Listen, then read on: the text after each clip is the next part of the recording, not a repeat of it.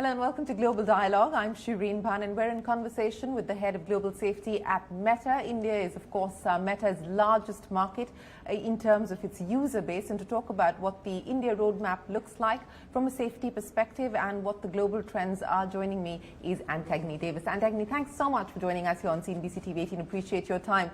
Let me start by talking to you about Digital Suraksha, which is the campaign that Meta is working on with the Indian government. What are you hoping to achieve at the end of this? Well, one of the things that we are definitely hoping to achieve is to make people more aware of the tools that we have, particularly in context of youth safety. We have over 30 tools that we've launched. We want to make sure that people are aware of them and using them. And we actually heard from the minister today about a push for us to do this more in the states throughout India. And we will take that feedback back.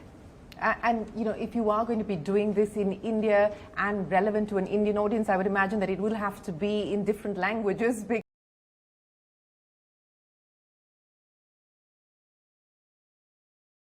We're bringing our safety across the languages that are spoken in India. We have over 20 languages that are covered by our content moderators. These are the moderators that ensure that we're enforcing our policies properly.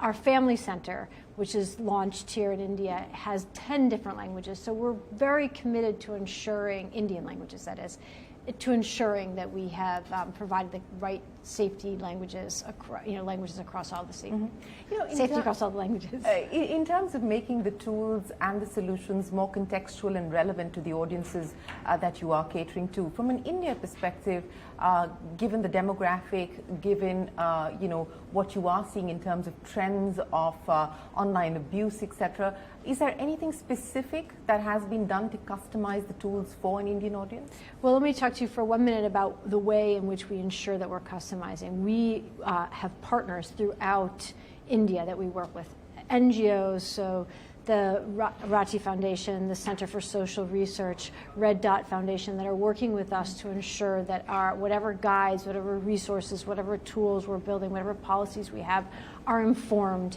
by the local context. There are also things that we launch India first. So I'm going to tell you one that's not safety specific and then one that is safety specific. Sure. Reels, which I'm sure everybody in India knows, was launched in India first. Safety-wise, we have a big campaign called Report, Don't Share. It's in relation to child sexual exploitation material. We launched that first in India. We worked with Indian organizations to develop the content to make sure that it had the right context and brought it to India first. Was there a reason why you brought it to India first? I think we have a large number of users in India. There are a large number of young users in India, and we wanted to be sure that we were meeting the needs of the country. There are other things that we've done that have been India first on the safety front as well. For example, in terms of women's safety, we have something that's where you can lock your profile, because we heard that there were issues around photo safety for women in India, and so we developed a specific tool and launched it here in India.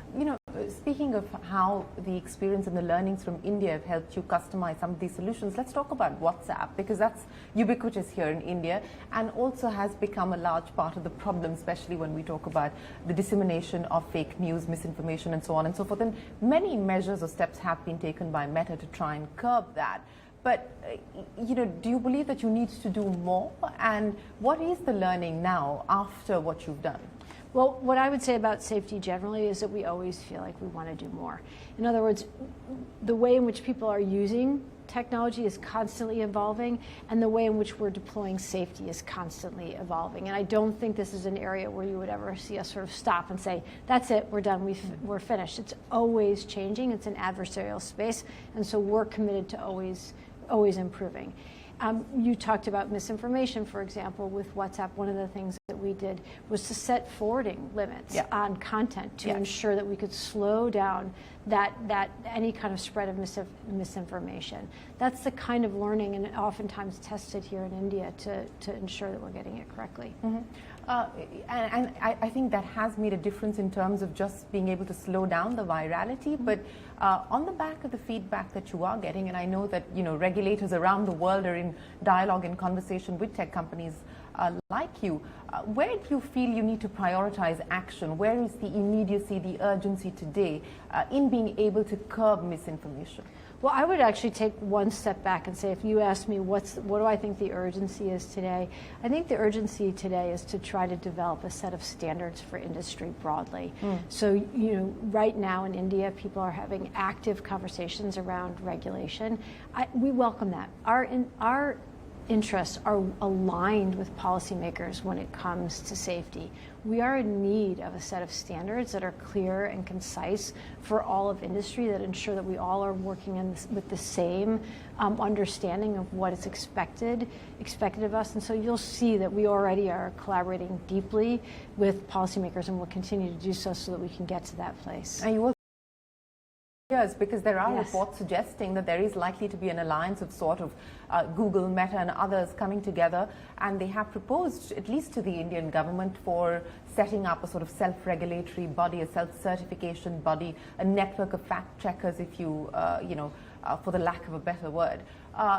What's the progress on that, and is there alignment between the tech world on what the standard should be or what the code should be? So I think you're speaking about the Misinformation Combat Alliance. That's not an area of my expertise, but what I can speak to is broadly about industry coming together.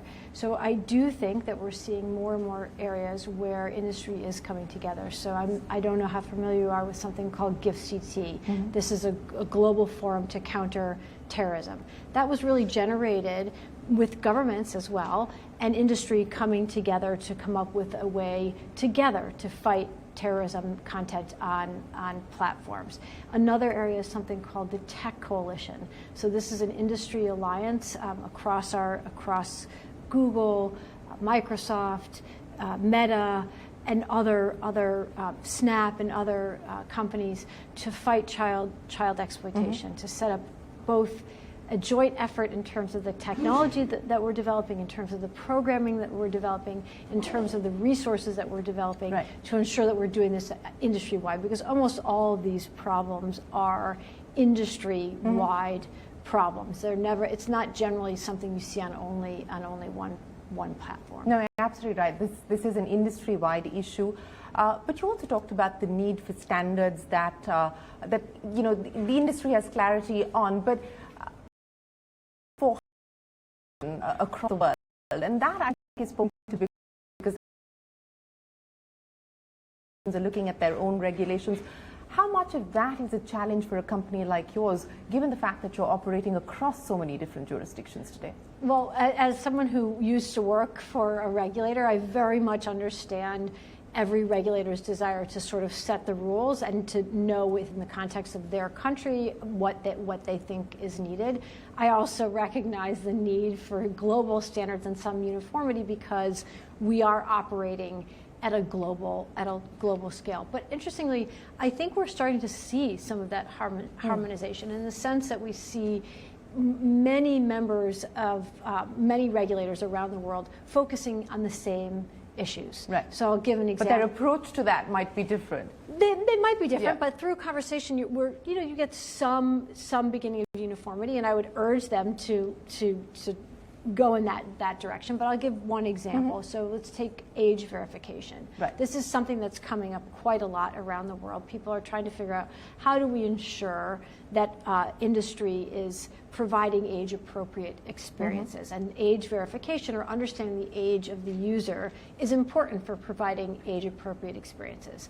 Now, we generally hear oftentimes from regulators, it doesn't really matter where, a push for using ID verification, until they start to think about and hear the complications of that. It is complicated because not everybody has an ID. You're going to cut off access. Also, it means that we will, as an industry, will be collecting more information than you might want to give to us. It's not just the age at that point. Generally, IDs carry a lot more information. That said, that could be one potential solution. But what we're starting to see is that policymakers around the world are honing in on multiple options. So instead of saying you just have to verify by ID, maybe there are other ways in which you can identify somebody's age, maybe signals on the platform, or maybe technology that uses the face to understand what somebody's age is. These are different solutions that are developing, and if we can work globally, we can actually open up the door for multiple solutions and then allow those solutions to be offered around the globe and satisfy the need of understandable need and concern policymakers have with that particular issue. You know, you talked about verification. So let me address the issue of the rollout as far as the verified plan is concerned. And we've seen this back and forth with Twitter, but that's a different story altogether.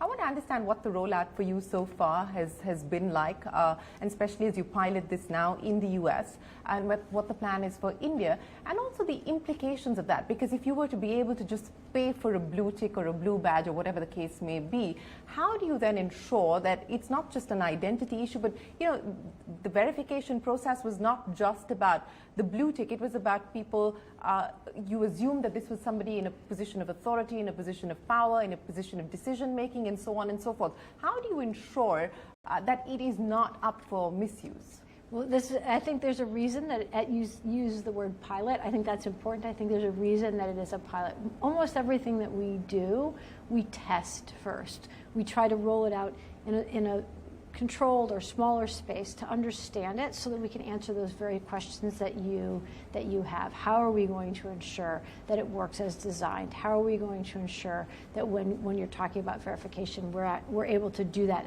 in an accurate way and then provide the services that come with that verification? And so this is why it is really at a pilot stage now. And it will be interesting to see what we learn and how we go from there. And what's been the experience so far? Well, I think it's really too early for me to say what's been so far, but we'll see soon. It's very new. Okay. Since we are talking about some of the tools that you've brought in, especially to curb misinformation, I want to talk about the AI model that you put in place with Sphere and what the learnings are from that, and whether you believe that, in this world of generative AI, etc., this is going to be the route forward in being able to address some of these issues. Well, we've long used AI. I mean, it's interesting to hear now the public conversation around AI, and I think it's particularly around because of the generative AI and particularly around chat. But we've long used AI in the context of safety. So, for example, we have tools in the background that enable us to keep unconnected adults from messaging minors. We also use this AI to identify what we would think of as potentially suspicious accounts and prevent those suspicious accounts from connecting with minors. Those suspicious accounts, that's all AI and signals that are used to develop and identify what is a suspicious account. That account may not violate our policies. We may not have an indication they're violating our policies, but based on signals or behaviors of those accounts, we can identify them as suspicious, and we can prevent them from engaging with a minor or prevent us from sharing minors, offering up minors and people you may know to those accounts. So this is a kind of AI that we've been using for a really long time in the context of safety. Mm-hmm.